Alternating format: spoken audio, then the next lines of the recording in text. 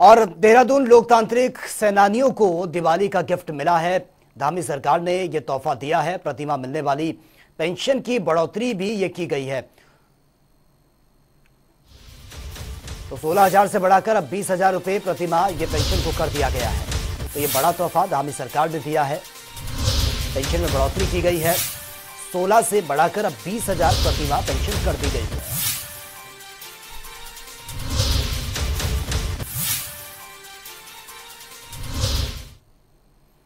और भी प्रदेश में राजस्व पुलिस और रेगुलर पुलिस के बाद अब टूरिज्म पुलिस के गठन को लेकर चर्चाएं तेज हो गई हैं।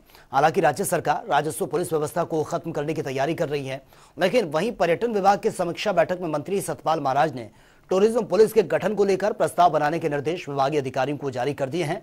सतपाल महाराज का कहना है कि प्रदेश में पर्यटन खासी संख्या में आते हैं और साथ ही चारधाम यात्रा में भी तीर्थ यात्रियों का आंकड़ा 40 लाख क्रॉस कर चुका है, जिसको देखते हुए टूरिज्म पुलिस को ये जरूरत महसूस हुई है। चारधाम यात्रा पे भी चर्चा हुई है। इसमें अभी बहुत बड़ी यात्रा हमारी हुई है, जिसमें 42,90,778 यात्री आए हैं और ये मैं समझता हूं कि सीजन के अंत तक ये करीब हमारी 45 लाख पहुंच जाएंगी।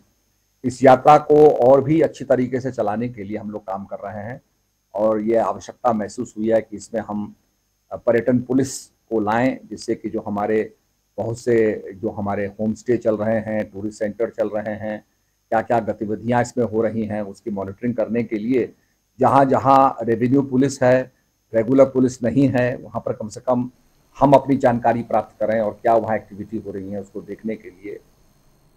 और बीजेपी के वरिष्ठ नेता और उत्तर प्रदेश सरकार में कैबिनेट मंत्री रहे केदार सिंह फोनिया का निधन हो गया और ऐसे में उनके निधन से बीजेपी अध्यक्ष और बद्रीनाथ के पूर्व विधायक महेंद्र भट्ट भी शोकाकुल हैं।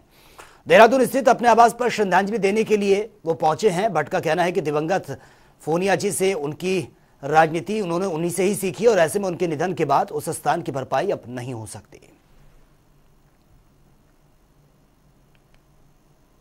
देखिए, फोनिया जी बहुत वरिष्ठ व्यक्ति होने के साथ साथ एक ईमानदार नेतृत्व के रूप में आपकी पहचान थी। उत्तर प्रदेश के अंदर भी उन्होंने बद्री केदार जो हमारी एक विधानसभा हुआ करती उसका प्रतिनिधित्व किया। उत्तर प्रदेश मंत्री रहे, उसका उत्तराखंड के अंदर मंत्री रहे और बद्रीनाथ विधानसभा विधायक रहे। उस क्षेत्र का प्रतिनिधित्व करने में मुझे अवसर मिला। मैं कह सकता हूँ कि जिस प्रकार की पहचान समाज जीवन में फोनिया जी बनाई, चुनिंदा नेताओं की इस प्रकार की पहचान बन पाती है। मैं अपनी ओर से उनके प्रति संवेदना व्यक्त करता हूँ, ईश्वर से प्रार्थना करता हूँ भगवान अपने चरणों में स्थान दे। और वही प्रधानमंत्री नरेंद्र मोदी का उत्तराखंड को लेकर संभावित दौरा तैयार ये माना जा रहा है, जिसको लेकर बद्री केदार मंदिर समिति के अध्यक्ष अजेंद्र अजय ने हमारे संवाददाता से खास बातचीत की है। क्या कुछ उन्होंने कहा वो सुन लेते हैं।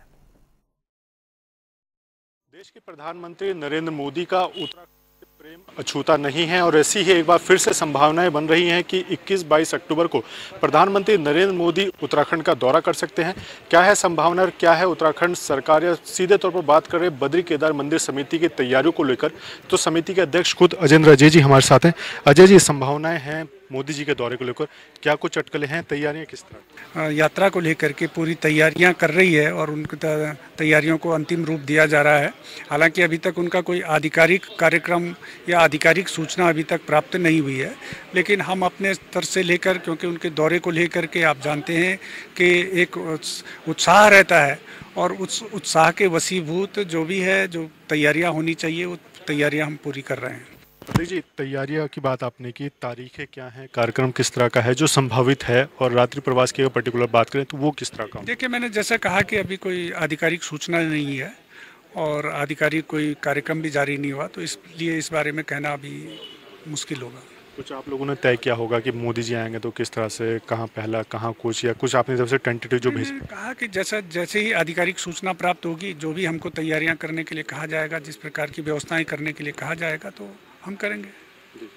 तो ये थे बद्री केदार मंदिर समिति के अध्यक्ष अजेंद्र अजय जी, जिनका साफ तौर पर कहना है कि टेंटेटिव तैयारियां प्रधानमंत्री मोदी के दौरे को लेकर चल रही हैं। संभवतः 21 या 22 की वो तारीखें होंगे जब प्रधानमंत्री मोदी उत्तराखंड का दौरा करेंगे और इस दौरे के दौरान वो बद्री केदार के दर्शन तो करेंगे ही, साथ ही माणा में वो आकर प्रवास भी कर सकते हैं। कैमरामैन अनूप भट्ट के साथ अजीत काम्बोज, जनता टीवी।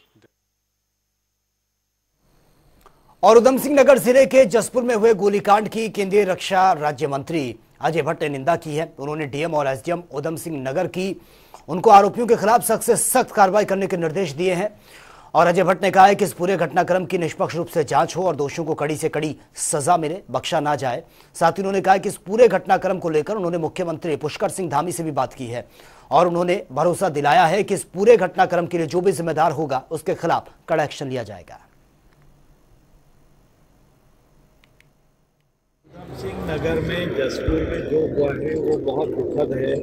हम सब दुखी हैं और हमारी एक बेटी, हमारी एक बहन असामाई पर हमको छोड़ के चले गई। जब समय भी उसका नहीं हुआ वैसे ही छोड़ के चले गई है। जिसकी भी गलती होगी उसमें निष्पक्ष कार्रवाई करके वो सजा प्राप्त करेगा जरूर, उसको बख्शा नहीं जाएगा। और सारे लोगों को वहाँ पर जो कष्ट हुआ है उसके साथ हम भी सब समझते हैं। और उत्तराखंड के जसपुर में बीते दिनों हुए हत्याकांड के बाद विपक्ष कानून व्यवस्था को लेकर सरकार को घेरता हुआ नजर आ रहा है। नेता प्रतिपक्ष यशपाल आर्य ने सरकार पर सवालिया निशान खड़े कर दिए हैं।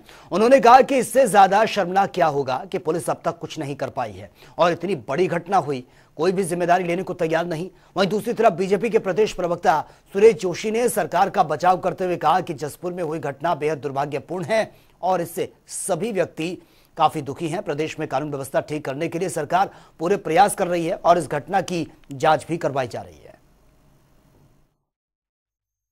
देखिए, कानून व्यवस्था वाली स्थिति में जो कल जसपुर की घटना हुई है, निश्चित तौर पर मैंने पहले भी कहा कि वो एक ऐसी घटना हुई है कि जिससे हम लोग व्यथित हैं, दुखी हैं।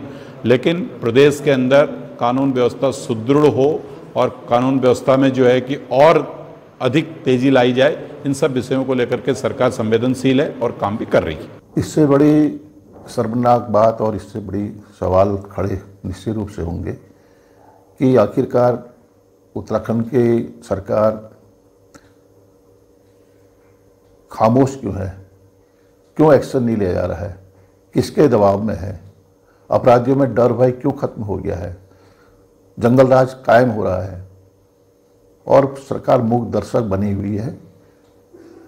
हमारा कहना है